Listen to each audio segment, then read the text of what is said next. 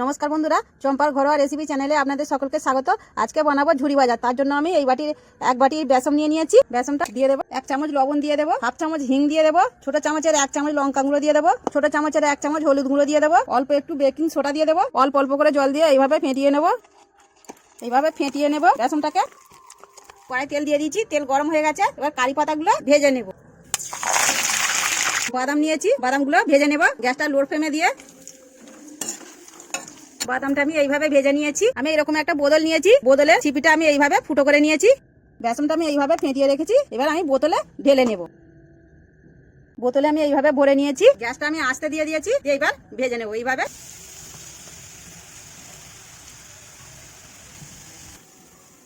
বন্ধুরা, ঝুরি ভাজাটা আমাদের হয়ে গেছে। এবার কারি পাতাটা ছড়িয়ে দেবো।